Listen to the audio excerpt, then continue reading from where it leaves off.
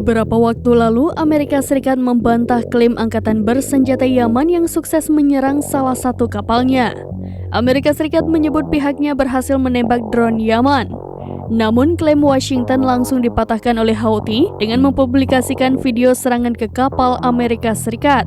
Sebelumnya, Komando Pusat Militer Amerika Serikat di Timur Tengah, CENTCOM, mengklaim berhasil menembak jatuh 5 unit drone Yaman di Laut Merah.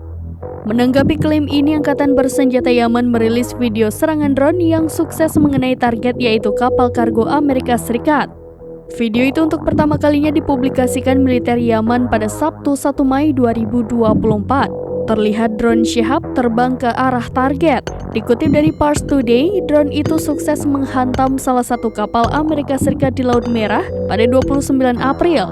Juru bicara Angkatan Bersenjata Yaman, Yahya Saree, mengaku bertanggung jawab atas serangan yang menyasar kapal Amerika Serikat. Saree menyebut Angkatan Laut, unit rudal, dan Angkatan Udara Yaman melakukan serangan gabungan. Mereka menyerang 2 kapal Amerika Serikat termasuk Cyclops di Laut Merah.